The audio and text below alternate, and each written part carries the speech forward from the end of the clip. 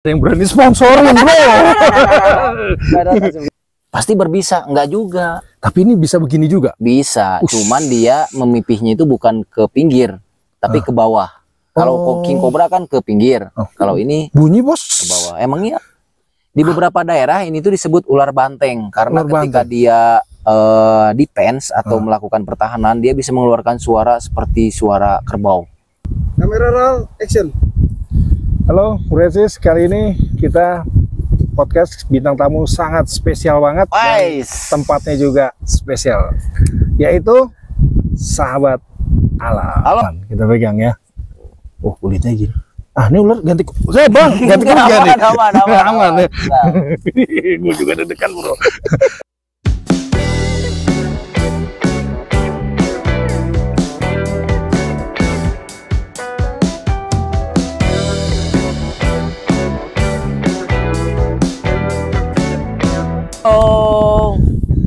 Kenalin dong bang.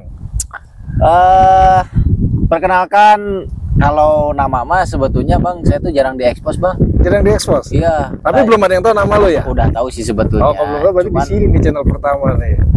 Ya, jadi memang di channel saya itu rata-rata taunya sahabat alam aja. Sahabat alam. Karena nama saya itu jarang disebutkan gitu. Oh, gitu. Iya. Kenapa bro? Memang tujuannya dulu itu sih sebetulnya lebih ke menonjolkan nama channel sih. Oke. Yang pertama biar gampang diingat aja. Oke. Karena nama saya itu kepanjangan bang.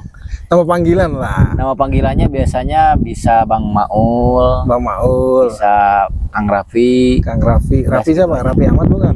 Bukan. Kirain Raffi Ahmad bro. Bukan. Oke, lo yang belum tahu sahabat alam, lo bisa nonton YouTube channelnya. YouTube channelnya apa Kang? Sahabat alam. Sahabat alam juga. Oke. Itu lo main YouTube dari kapan bang? Main YouTube dari 2017 bang. 2017. Betul. Itu lo kenal YouTube dari? Kenal YouTube sih udah kenal, cuman maksudnya tahu nih ada YouTube gitu. Iya, udah tahu sih dari dulu juga. Cuman pas nyoba-nyoba iseng-iseng main YouTube itu di 2017.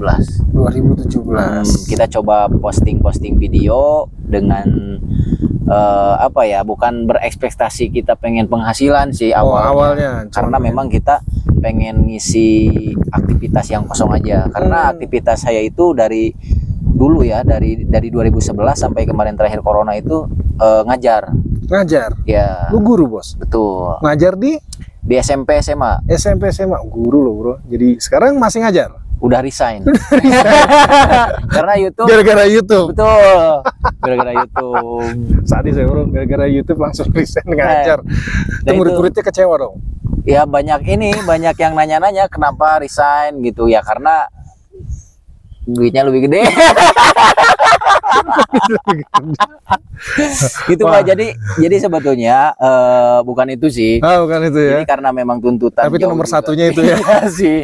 Jadi karena memang dari Senin sampai Jumat itu kalau aktivitas sehari-hari itu ngajar kan. Ngajar. Nah, jadi saya meluangkan waktu Sabtu Minggunya itu pengen coba diisi dengan sesuatu yang menyalurkan hobi lah.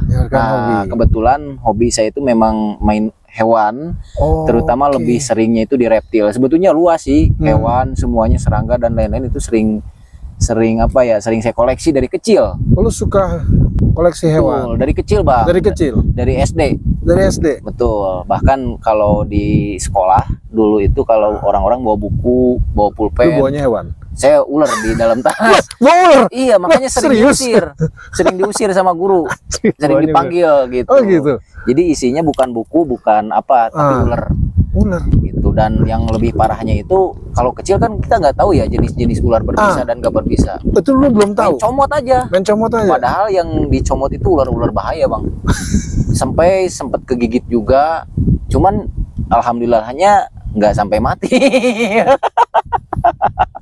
Ekstrim bro. Gitu. Dari kecil udah main ular men. Betul. Gila ya. Seperti itulah hobinya. Jangan ditiru ya adik-adik nih. Janganlah pokoknya. Bro, sekarang gue lebih pengen ngebahas di channel lu nih. Lu waktu bikin video pertama lu masih inget gak bro? Oh masih ingat. Video pertama itu masih ingat. Lu boleh nggak ceritain sedikit? Video pertama ya.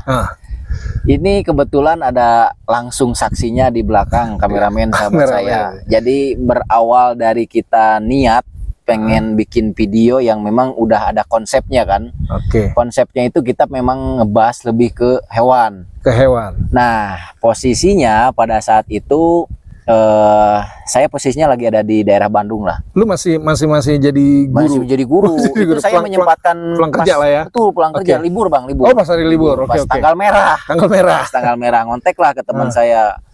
Coy, ini kita mau bikin konsep bla bla bla bla bla. Oh ya udah, yuk, gue jemput kan. Nah, dijemput sama teman saya ke daerah Cimahian. Nah, dari situ sampai di perjalanan dengan bermodalkan kan pada saat itu saya belum punya peralatan ya, Bang. Oke. Nah, itu kita pakai handphone. Pakai handphone. Masih ingat saya handphonenya juga Xiaomi. Promosi ini Xiaomi. Iya. Dengan handphone Xiaomi yang memang pada saat itu kalau menurut saya sudah wow, ya. Kita pakai yang seadanya dulu aja. Nah, pas kebetulan lagi saya dijemput sama teman saya di jalan, tiba-tiba ada ular lewat. Langsung kan? Oh, konsepnya belum ular tuh. Iya, enggak, maksudnya memang konsepnya kita mau ngebahas hewan. Nah, tiba-tiba pas kita di perjalanan memang ada ular lewat kan. Oke. Nah, itu terus, kayak ada durian jatuh lah. Betul, udah mah ada konsep terus ada ular lewat. Langsung diambil, langsung direview. Nah, itu tunggu gue mau tanya. Apa? Saat lo bikin konten pertama, lo udah bisa bedain nggak nih ular berbisa atau belum? Oh, itu sudah bisa. Nah, saat itu ularnya berbisa nggak? Oh, berbisa rendah. Ada yang berbisa rendah. Ada. Tahapan ular itu ada yang tidak berbisa. Ada berbisa rendah, berbisa menengah, berbisa tinggi dan mematikan. Yang itu berbisa rendah. Berbisa rendah. Oke. Terus gimana? Iya, pada saat itu diambil lah, kaget kan. Motor ke pinggir, udah sampai di review. Nah, yang ya disitulah proses, semuanya juga butuh proses. Jadi ketika saya mereview, walaupun mungkin saya sudah biasa ya public speaking di depan banyak orang, tapi ketika di depan kamera itu kita butuh adaptasi lagi, Om. Nah, pada saat itu memang saya belum terlalu fasih ya di depan kamera, walaupun di depan handphone gitu ya. Nanti bisa diedit tetap masih itu ya. Nah, pada saat itu masih terbata-bata lah saya bikin menjelaskan si hewan itu. Ya itu namanya proses. Gitu. Udahlah, selesai bikin video itu. Nah, pada saat hari itu juga kita nyari lagi hewan. Nah, kalau pada saat itu memang kita ada hewan apapun kita review, Bang. Mau itu yang apa ya? Berbisa maupun enggak? Maksudnya hewan yang semua ekstrim. hewan, bukan hanya ular saja. Bukan hanya ular. Kayak ada kumbang, kayak ada undur-undur, pokoknya semua cacing, semuanya di review. Itu lu kayak pelajaran IPA lah ya. Emang iya, betul Bang. Lu gurunya guru apa sih lu? IPA. Kalau saya gurunya bahasa Indonesia. Bahasa Indonesia. Indonesia. Tapi lu lebih tertariknya di dunia itu ya? Iya, di dunia reptil, di dunia hewan. Lu pas nge-review itu kayak gimana tuh, Bro? Maksudnya?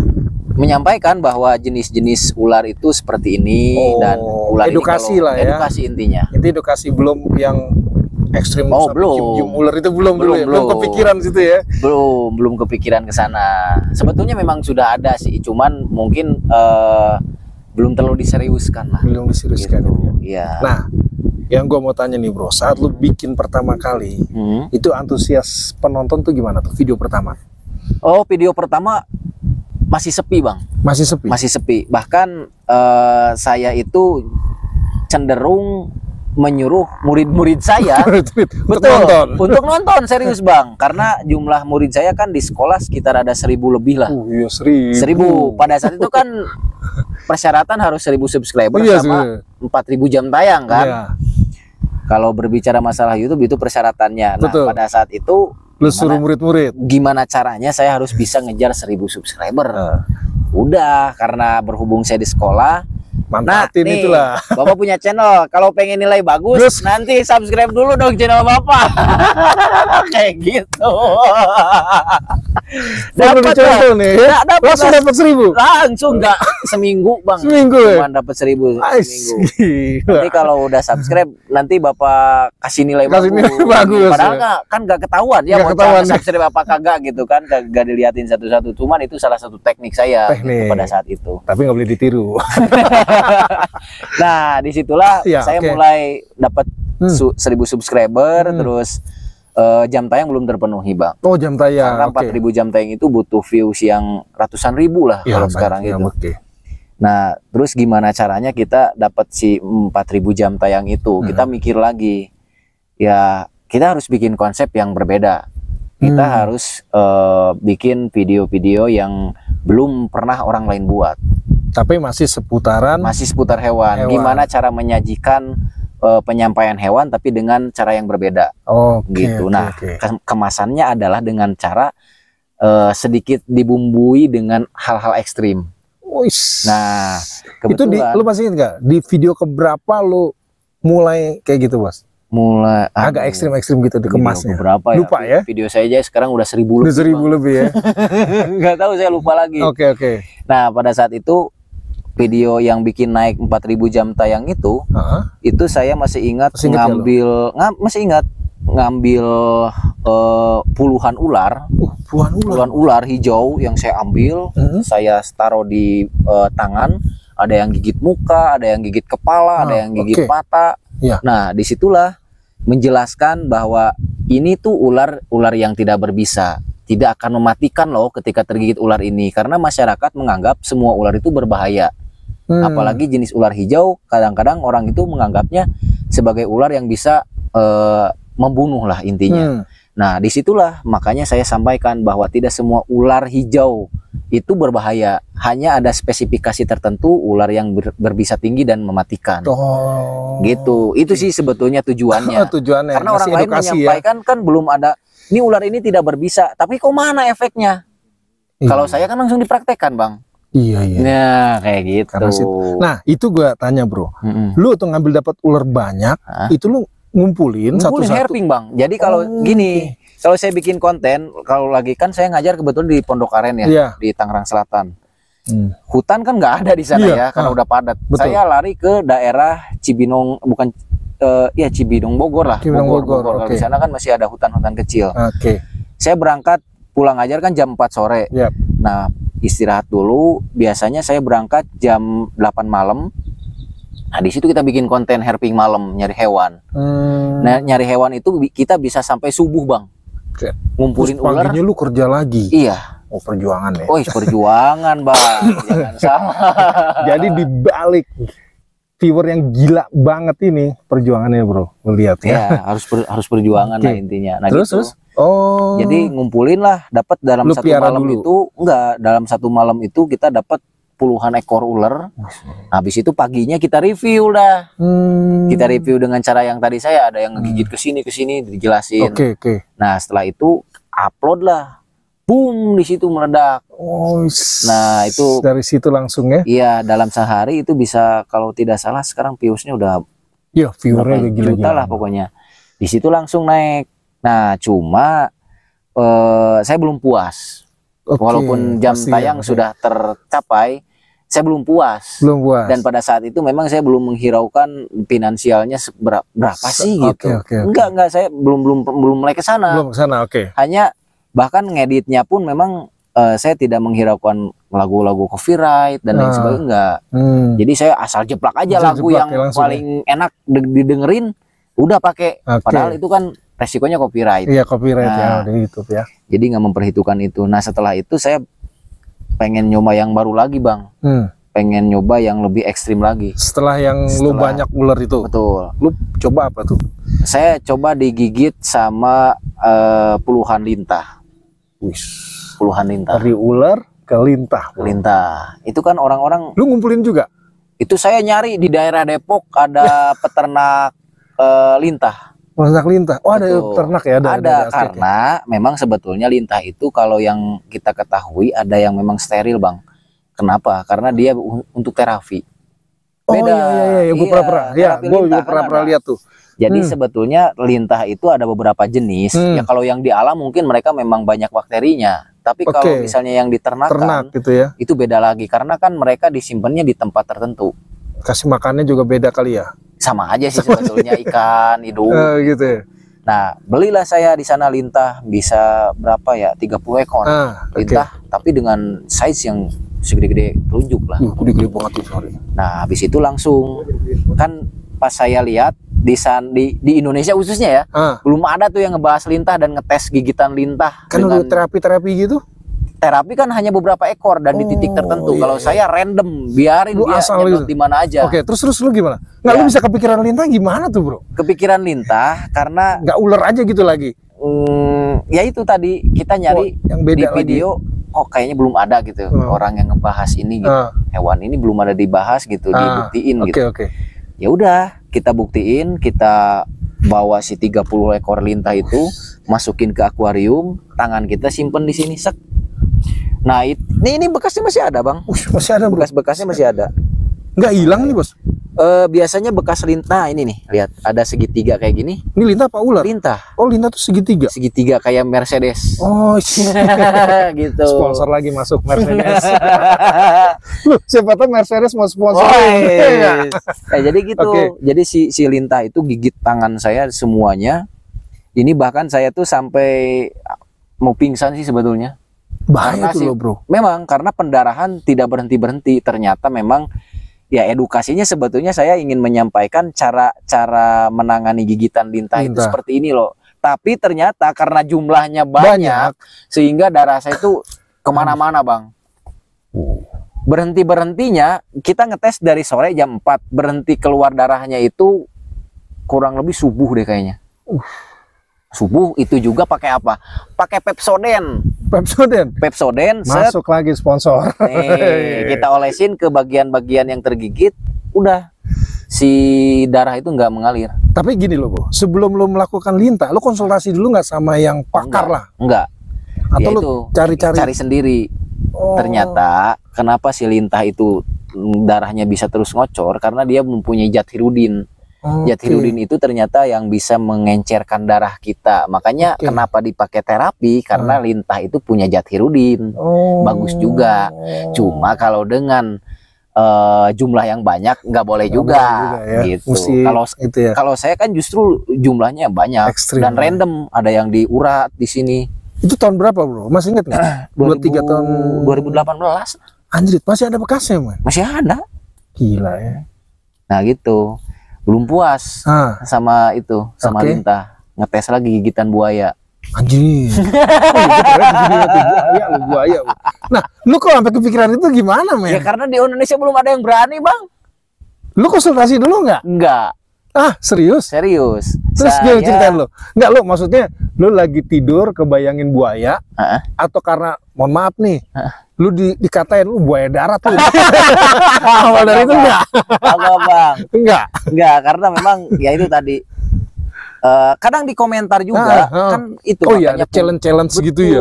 Fungsinya kita ngebalesin komentar itu dari situ, Bang. Bang, coba tes gigitan ini, Bang, coba tes gigitan ini gitu. Itu kan saya merasa tertantang. Iya, gila. Dan di Indonesia belum ada yang berani kan ngetes cara gigitan buaya itu.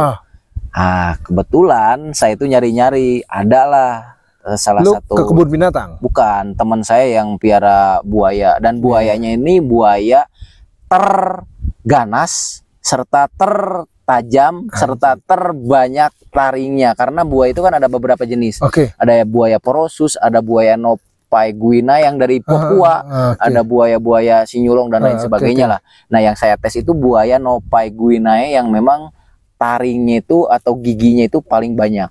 Itu anak buaya atau buaya ukuran 2,5 meter lah. Anjir. Itu videonya ada juga. Lu bisa nonton di videonya Sahabat Alam buaya tuh. Gitu. Terus gimana tuh? Ya itu. Lu nggak ada konsultasi juga sama orang cuman yang memang saya udah riset lah ya. Enggak riset, apesnya kayak gini. Berarti tangan gue bakalan rampung. Iyalah, Bos. Jangan kan tangan, nyawa, Bos. Iya. Tangan gue bakalan rampung. Apes-apesnya tangan gue bakalan hilang lah karena gigitan buaya kan saya udah ngelihat merintil. Diperintil kayak gini untuk mematahkan bagian-bagian tulang dari si mangsanya kan. Ibaratkan tangan saya aja kalau diperintil kan kayak gimana gitu, apesnya kayak gitu. Nah, terus cuman ya saya lah aja gitu. Lu masih mikir nggak gue lanjut bikin konten apa nggak lanjut nggak? Mikir juga, cuman karena emang udah tanggung juga, udah ada jauh-jauh juga teman gue. Emang lo yakin serius? Malahan gue bayar, Bang, itu. Temen lu aja nggak berani tuh? Nggak berani. Gue maksudnya bayar orang buat ngerekam gue ngegigitin itu karena nggak ada orang yang berani lihat. Ya karena takut resiko, Bos. Betul. Pas gue dapat orang yang berani ngevideoin itu orang yang lagi teler. Serius, makanya videonya goyang-goyang karena dia lagi minum pada saat itu. Oke. Terus? Nih bang, gue kasih nih sekian. Lo pegang handphone aja gini di depan gue, lagi kegigitin buaya, lo berani gak? Lo masih inget gak siapa yang videoin? Apanya? Namanya? Masih ingat? Oh enggak. Terus apa? Udah lupa ya? Udah lupa itu. Orangnya juga udah sekilas lah udah itu. Sekilas, soalnya orangnya gini, orangnya lagi gini kan, lagi minum. Oke. Nah, terus? Oke, berani kata dia. Oh ya udah. Sempat mundur lagi nggak lo? Oh enggak. Lanjut lo nekat. Cuman ya memang kita menstabilkan adrenalin kita di situ. Oke. Tarik napas. Nah, karena si buahnya gak mau mangap, jadi temen gue tuh kayak berusaha memprovokasi dia agar mangap kan. Mangap lah dengan taring-taring yang tajam itu udah mangap. Nah di situ gue ngetes bagian tangan ini. Masih ada bekasnya bos? Bekasnya kayaknya udah hilang deh. Udah hilang. Masih berarti lebih gaharan lintah ya? Iya, gahar lintah. Oke, buaya lu masukin tangan. 1, 2, 3 tes. Brek. Dan ternyata si buayanya itu yang anehnya ngegigitnya itu cuman krek gitu doang. Enggak krek. Enggak diperintil kayak gini. Beruntung lu bos. Padahal sebetulnya sebelum itu kita percobaan dulu pakai ayam. Itu dibuntang-banting bang.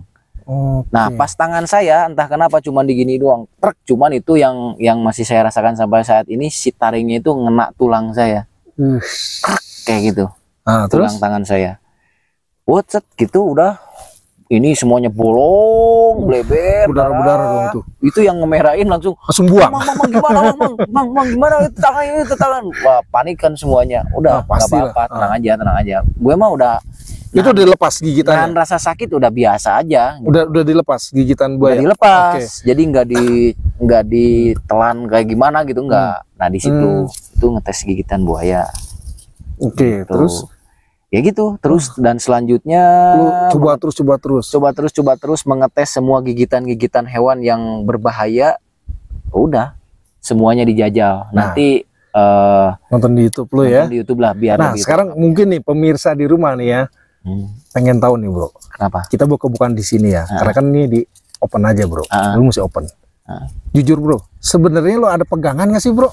Pegangan saya ada. Nah, pegangan saya yang di atas. Wes, yang di atas mana bro? Yang di atas itu Tuhan yang Maha Esa. Karena kan lu bayangin bro, ekstrim banget ya. Gitulah, jadi orang-orang kadang-kadang anggap saya itu, bahkan yang kemarin terakhir saya digigit sama kura-kura aligator. Oh itu ekstrim juga tuh bos. Yang kura-kura aligator itu kan tangan saya sampai jebol, tapi nggak ada darah. Bolong sampai bolong ada. Ini kan efeknya masih ada nih, hitam nih. Ini bolong nyampe 30 menit gak dilepasnya juga. Orang udah panik kan. Itu sengaja loh bang, orang datang jauh dari Jogja cuman pengen ngebuktiin lu, bang berani gak? Kalau berani gue datang. Dia datang langsung serius pakai kereta. Ayo dibuktiin pada saat itu. Dites. Ini nempelnya sampai 30 menit lebih, dia juga udah panik. Karena ini kayaknya kalau dicabut kayak gini udah rampung. Iya. Karena kan moncongnya itu lancip kayak gini. Nah itu. Dan yang anehnya nggak ada darah keluar kalau itu. Nggak ada darah keluar. Makanya banyak orang yang bilang, wah itu mah ngelmu. Wah itu mah punya ilmu kebal. Wah, padahal mah enggak. Tapi lu emang enggak? Enggak, saya nggak punya pegangan hal-hal semacam itu, enggak. Berarti darah lu, kulit lu udah kebal ya bos. Ya banyak orang sih yang menganggap seperti itu. Bahkan ketika tergigit beberapa jenis ular berbisa tinggi pun saya masih survive bang. Survive ya. Oke, nih gue tertarik dengan ular nih bro. Lu kan awal kan senang ular nih, dan terakhir gue lihat tuh lu yang cium-cium ular itu lo bos. Iya kan di Instagram lu tuh. Oh iya. Itu kan lu bisa bedain ular yang berbisa sama yang enggak. Nah kalau yang waktu itu berbisa nggak sih bos? Oh enggak berbisa. Sebetulnya gini bang, banyak pertanyaan orang yang gimana caranya ngebedain perbedaan ular berbisa dan tidak berbisa. Nah disitulah sebetulnya kejelian kita, kemauan kita untuk memperdalam spesies jenis-jenis ular bang. Karena sebetulnya dari satu spesies aja itu banyak gitu bang jenisnya. Jadi yang tadi saya sebutin kan bahkan ada 5 kan. Dari yang tidak berbisa, berbisa rendah, berbisa medium, berbisa tinggi, dan mematikan. Berarti kalau gue orang awam pun kalau misalnya udah paham itu aman? Aman. Makanya orang-orang kadang-kadang kalau misalnya kok dia berani, itu kan ular berbisa tinggi, padahal tidak berbisa. Karena apa? Karena ciri ular berbisa dan tidak berbisa itu nggak bisa dibedain dari warna, dari bentuk kepala, bisa, dari fisik, nggak bisa. Sekarang itu mah ularnya hitam, itu mah kayak king cobra berbisa tuh, nggak bisa, karena nggak semua ular yang coraknya hitam itu berbahaya. Nggak bisa dibedain dari corak sama bentuk dan warna. Sorry, di tas lo ada ular nih berarti nih? Ada dong. Lo bawa ular? Bawa. Wah, ngeri juga. Bawa ular dong. Nah, lo mau sekalian kenalan? Boleh. Aman nggak buat lo? Aman. Tenang. Nah, yang ini berbisa nggak? Nggak berbisa bang. Cuma memang rata-rata karena memang size-nya ini besar, dia ini sering disebut sebagai ular king cobra. King cobra? Iya. King cobra kan berbisa, bro. Iya, makanya ini kan rivalnya dia ketika di alam. Rival king cobra itu king koros. Nah, ini jenisnya king koros. Iya. Kenapa disebut Spillnya king koros? Pakai C, koros. Koros. Kalau nama ilmiahnya Pithias. Pithias itu kan ada banyak. Ada ini Pithias carinata, ada Pithias mucosa, ini dia, bosku. Ada Pithias koros. Nah, kita coba lihat. Siulin bang, siulin. Jangan siulin. Dia mau minum bang. Hah? Udah bisa minum dia. Lo ngasih minum ular tuh gitu ya? Guys, bro. Sekali lagi bro, ini nggak boleh dilakukan tanpa pakar ya, ahlinya lah. Anjir. Wow. Nah, jadi ini bedanya gimana nih bang? Bedain apa? Yang tadi berbisa apa enggak? Ini berbisa nggak? Nggak berbisa. Nggak berbisa. Nah, yang tadi ya, gimana cara ngebedainnya? Kita harus spesifik bang. Oke.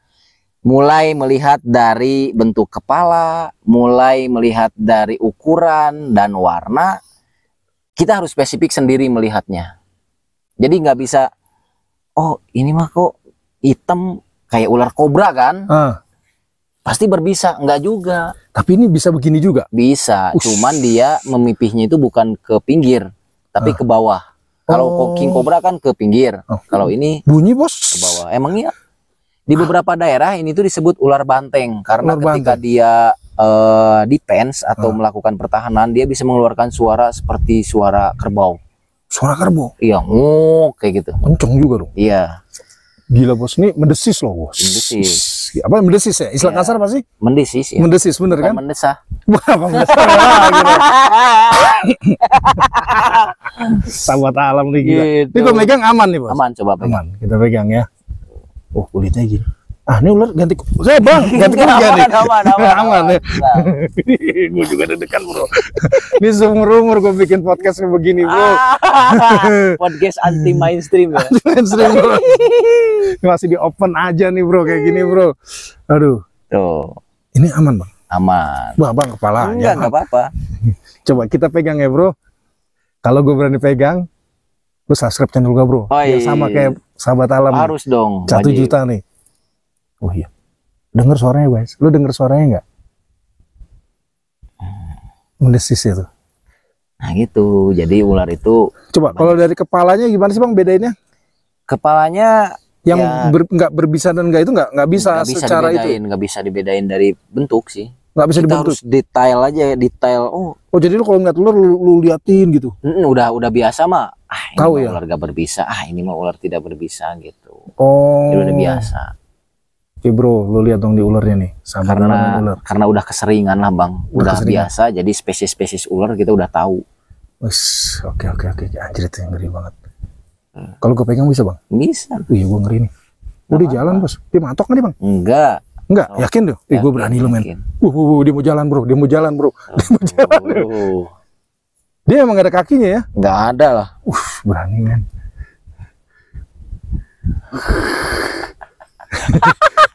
Dia kali ada kakinya men. Dia kalau gini nggak marah nih? Enggak. Ini sebetulnya ular yang memang karakter alamnya itu sudah hilang. Karena dia memang saya simpan di ruang tamu. Ruang tamu? Iya, karena untuk menghilangkan karakter alamnya itu dia harus terbiasa dengan aktivitas manusia. Oke. Gitu. Anjrit. Baru pegang ular seumur-umur. Seumur-umur bang? Oh gitu. Gua ngeri juga nih.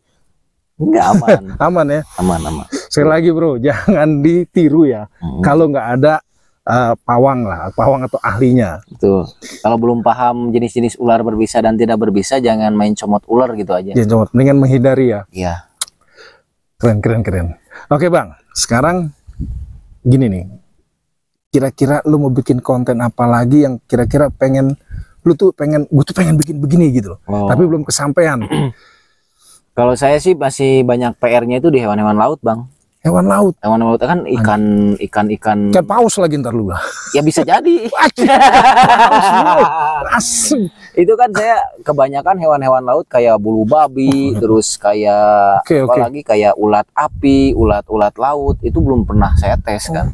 Lu kalau mau paus bos, gue pernah, soalnya ada nih gue nggak tahu bener masih ada atau enggak. Jadi ada ritual, bukan ritual sih, budaya bos. Itu di daerah NTB atau Flores kedalaman deh.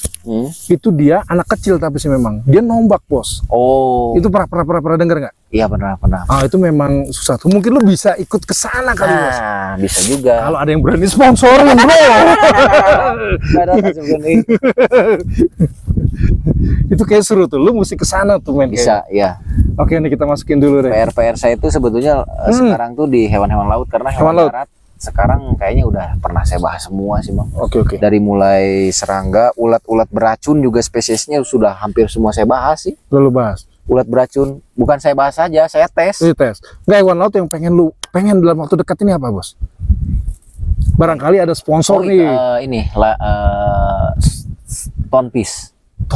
Apa tuh? Stunfish. Ya. Itu apa? Ikan batu.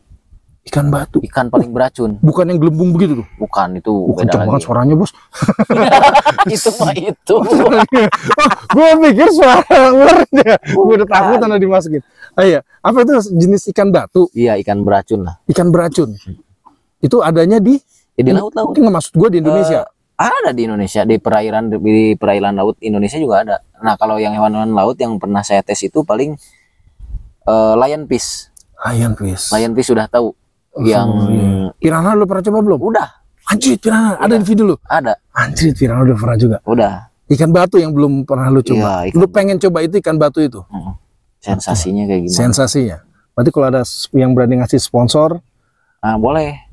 Ya. Untuk fasilitasin lu bikin konten digigit ikan batu itu. Iya. Yes, gila bro. Oke, Bang, gue thank you banget nih ya. Sami-sami. Gue udah masuk di podcast gue di open aja nih. Siap. Mudah-mudahan channelnya semakin lancar, semakin sukses. Amin. Dan tentunya harus konsisten, Bang. Konsisten. Amin. Karena kalau bikin channel itu kita jangan mementingkan ataupun jangan terlalu memikirkan nominalnya dulu. Nominal ya, betul. Siap. Tapi harus mementingkan karya kita dipuasi nggak atau disenangi nggak sama orang lain. Siap. Gitu. Terus pesan-pesan Bang buat pemirsa di rumah nih terkait hewan-hewan yang dianggapnya beracun atau berbahaya lah. Ya. Sekarang pesan saya, orang-orang sekarang sudah bisa mengakses informasi kapan saja dan di mana saja. Nah, untuk mengantisipasi hal-hal yang bersifat konflik antara hewan dengan manusia, terutama misalnya ada ular yang masuk ke rumah, itu sebetulnya banyak sih sekarang edukasi-edukasi ya yang menjelaskan terkait jenis-jenis hewan ular, terutama di channel saya pribadi sih Bang. Jadi intinya saya berpesan kita harus melek lah. Meleknya itu bukan cuman kita hanya scroll di TikTok, di IG. Gitu. Coba yang bermanfaat. Coba cari misalnya ular berbisa tinggi di Indonesia. Apa aja tuh bentuknya, warnanya, coraknya. Minimal kalau misalnya kita udah ketemu di alam pun, itu mah kayaknya nggak berbisa deh kemarin saya lihat. Karena otomatis kita nggak bakalan panik.